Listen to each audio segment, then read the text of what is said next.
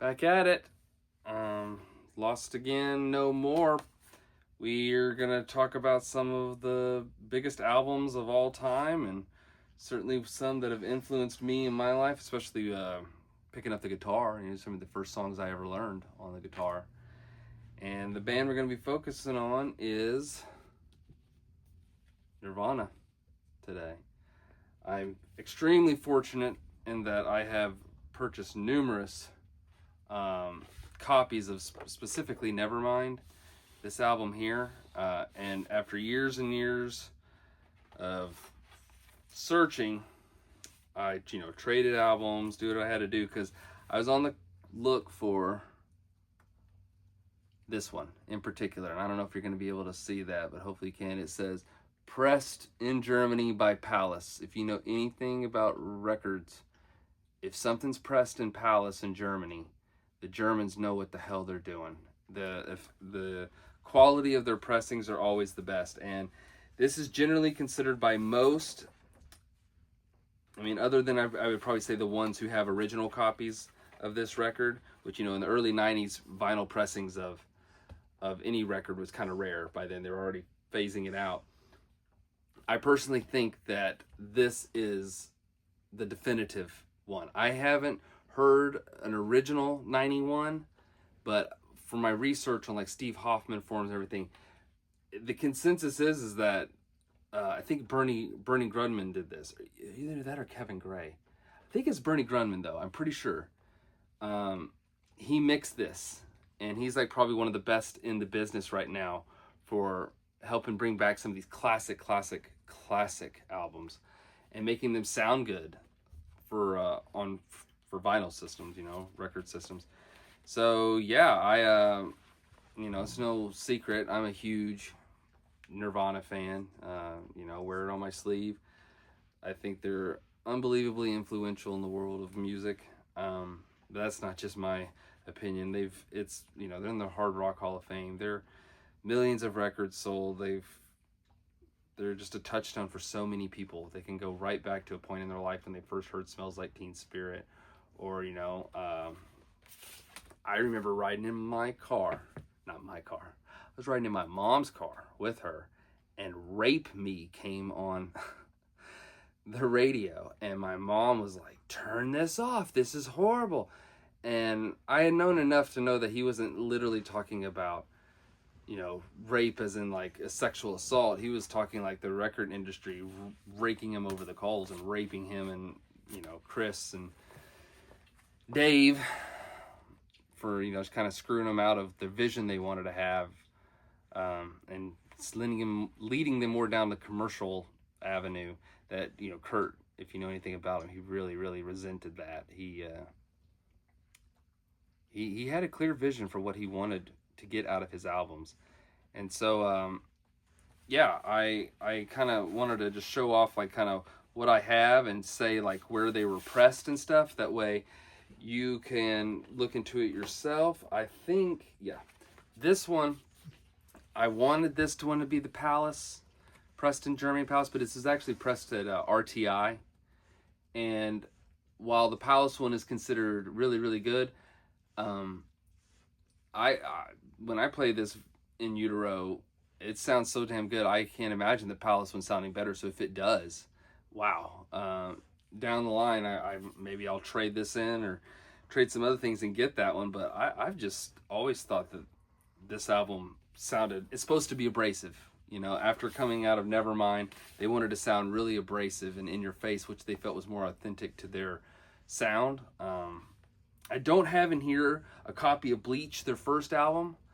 It's the one that has eluded me. I've had one or two that were so staticky, and I didn't have an anti-static gun at the time, and it was unlistenable. And one of them I pulled it out, and it had gunk on it from the record press place, and it was just, it pissed me off straight up. I took it back and I got my money back. I was like, this is unacceptable. It's not going to play on my record player. It's not going to gunk up my system. So I'm still looking for a copy of Bleach. I've been thinking more and more that I'll probably actually get an original of Bleach. That way I can say because these are all represses that I have one original Nirvana record, and Bleach is a really good one. It's probably my least favorite of their three albums that were released, but I really like Bleach. But compared to Nevermind, and especially In Utero is like my of Nirvana. If I had one to save one from the fire, I'm gonna save In Utero. Just look at the back of this. I know that Kurt designed that. What you doing over there? What you doing over there, goof? I know that Kurt. This is my little cat, by the way. I don't know if I can.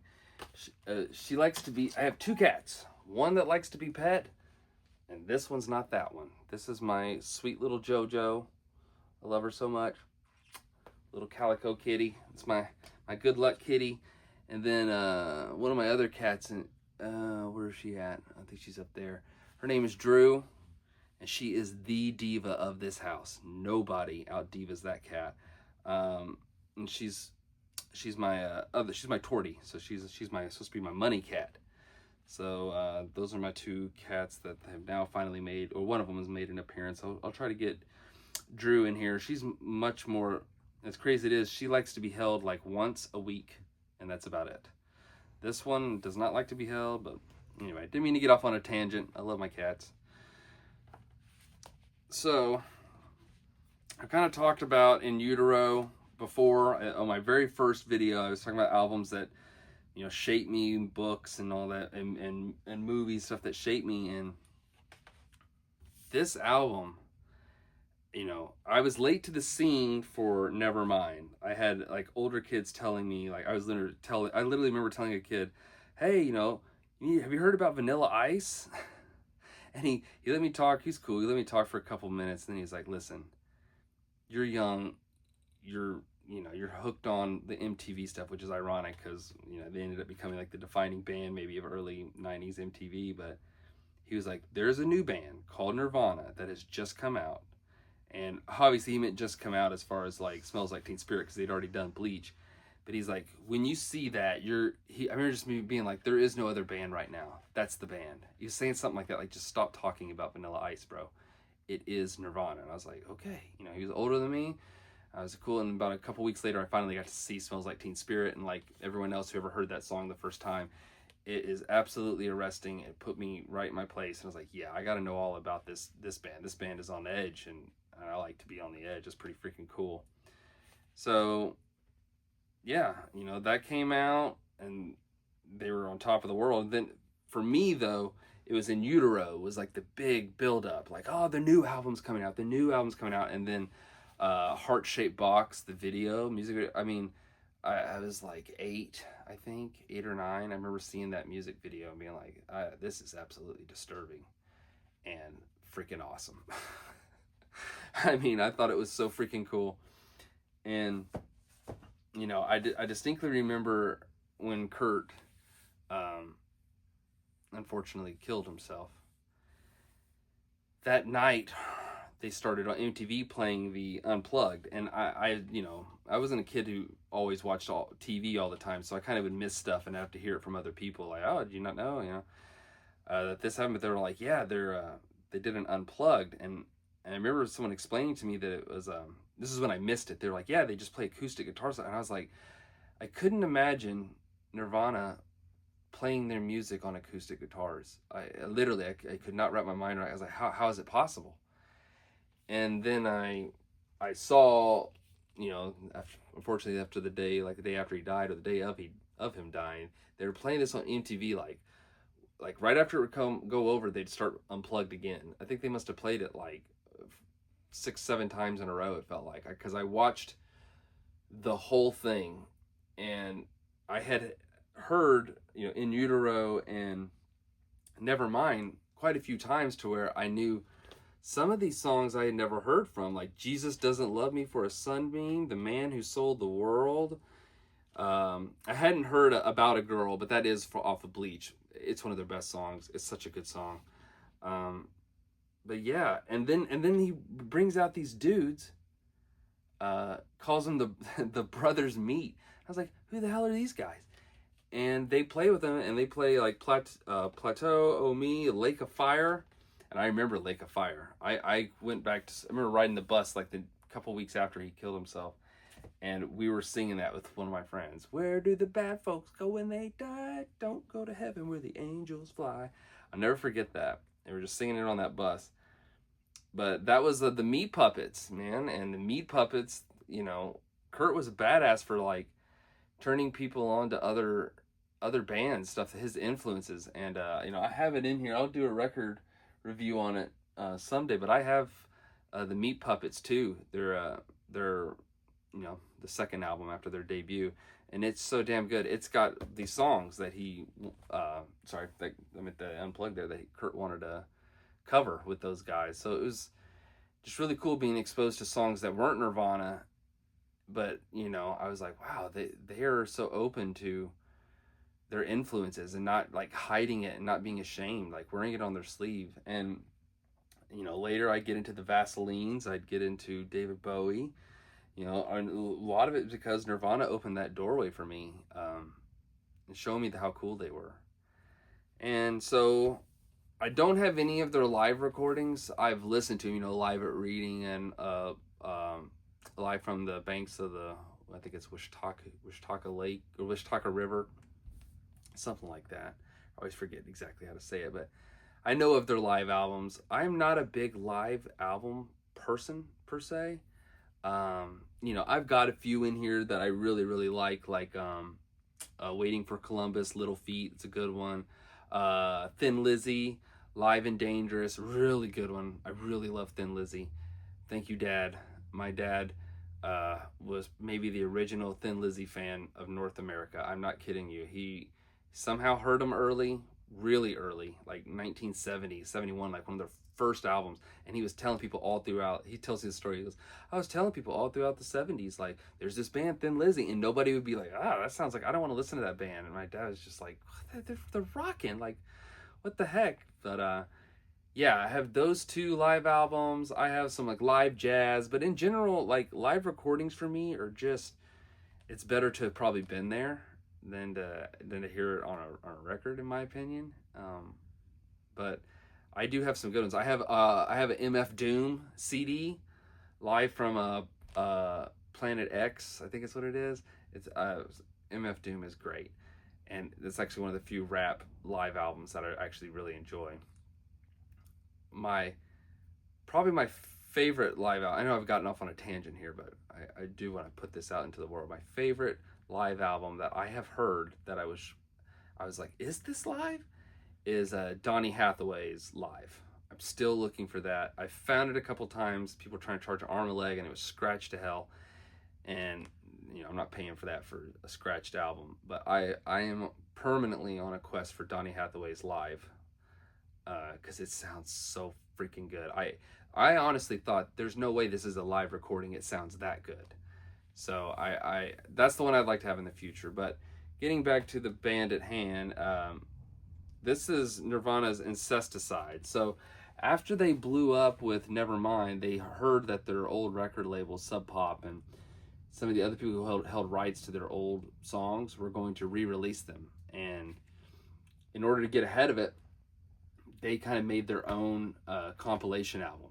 And and I'm pretty sure that Kurt drew this on the front. This is his artwork. And it's, you know, it's a mixed bag because it's a compilation. It does have Silver and Dive, and I really like those. They have probably a lot of people's favorite song that, like, if you're gonna ask a real Nirvana fan, like, what's your favorite track, that's like, you don't have to say that honestly, because this is for me it's in their top 3 songs they ever did, and it's Aneurysm.